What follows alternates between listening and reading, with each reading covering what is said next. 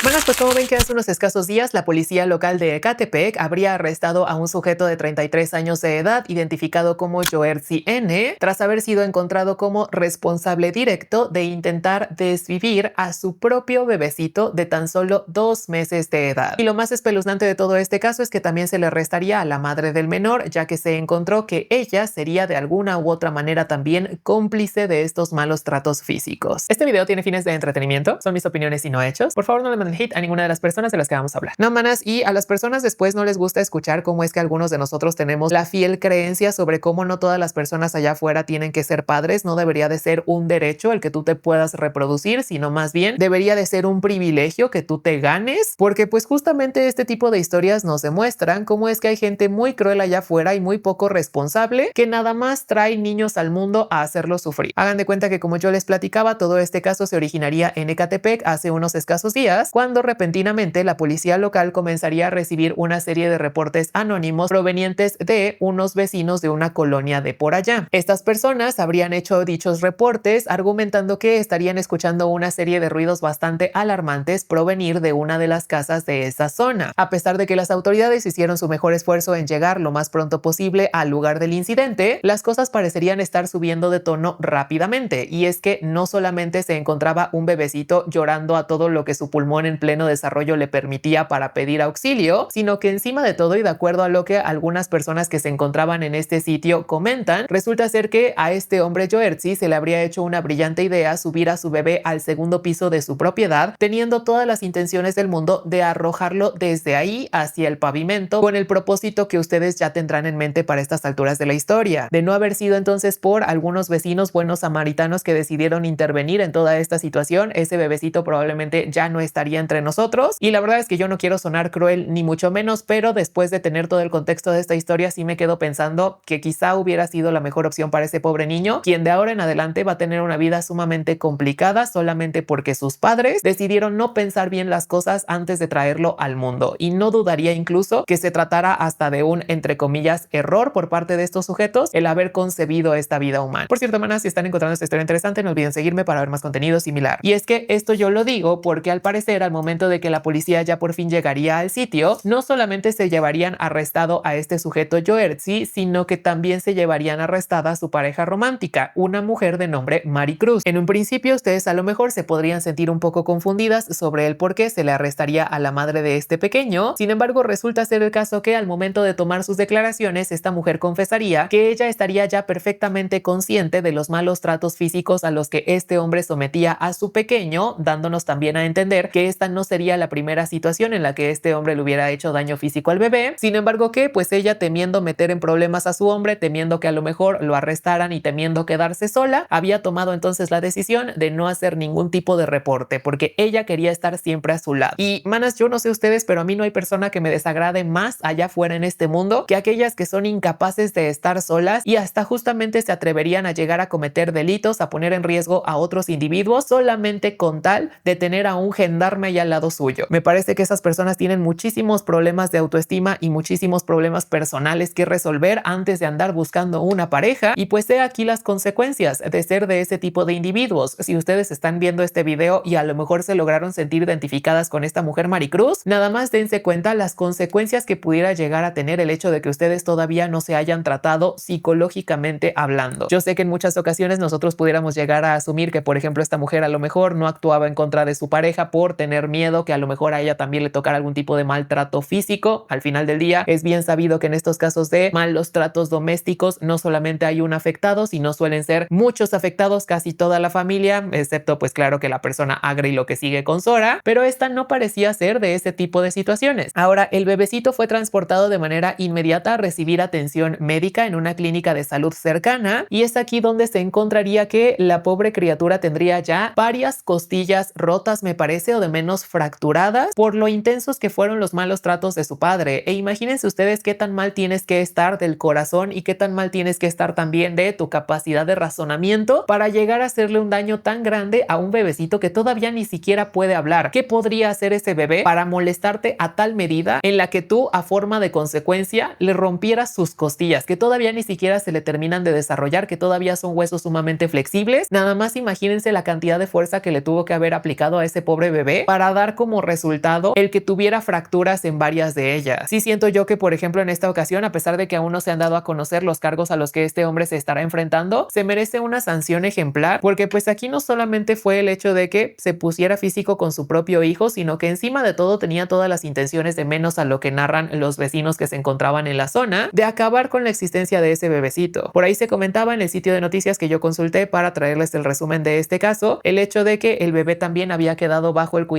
del Estado, y si bien esas son hasta cierta medida noticias para celebrar, en el sentido de que al menos ese bebé ya no va a volver al núcleo familiar tan aparentemente inestable al que pertenecía. Sin embargo, de todas maneras, yo no me puedo evitar preocupar por ese pobre niño, porque al final de cuentas el estar a cargo del Estado pues tampoco es un escenario ideal para que un niño se desarrolle. Hemos escuchado muchas historias también terribles sobre los malos tratos físicos, psicológicos, reproductivos incluso, que se dan entre los pequeños que han caído en las manos del DIF. Yo entiendo que pues de todas maneras es una mejor opción a quedarse con estos adultos que claramente ni siquiera lo quieren, pero de todas maneras imagínense qué terrible que ese niño ni siquiera pidió venir al mundo y nada más por la inconsciencia, la falta de madurez, la agresividad y la ignorancia de sus padres haya terminado ahora con una vida extremadamente complicada, que de por sí en el país es difícil tener una vida exitosa si no naces ya en cierto estrato social. Ahora imagínense lo más complicado que esto se vuelve viniendo de un trasfondo tan turbulento como del que proviene esta pobre criatura. Es por eso que yo siempre voy a ser una persona que defenderá la postura de el decir que no todas las personas allá afuera merecen tener hijos, debe de ser un privilegio, no un derecho. No me voy a yo cansar de decirlo, no importa que haya muchas personas que no estén de acuerdo con esa forma de ver las cosas. Entiendo que al momento de impulsar esa ideología también viene a la mesa de conversación el preguntarnos, bueno, ¿y quién sería o cuál sería la institución encargada de determinar quién sí puede y quién no puede tener bebés? Ahí sí ya pues a lo mejor valdría la pena reflexionar un poco más el tema, valdría la pena debatir, pero de que no estoy de acuerdo con que todo el mundo merezca ser padre, eso es un hecho, no estoy de acuerdo, y creo que cualquier otra alternativa sería mejor que el estarle permitiendo a todas estas personas procrear cuando lo único que hacen es someter a estos pobres niños a vidas totalmente injustas, llenas de carencias, llenas de complicaciones y llenas de retos todavía más pesados que los retos a los que se tienen que enfrentar otros niños allá afuera. En fin, ya me estoy desviando un poco del tema, seguramente me van a funar y voy a andar rondando en Twitter por esta opinión, pero no me importa,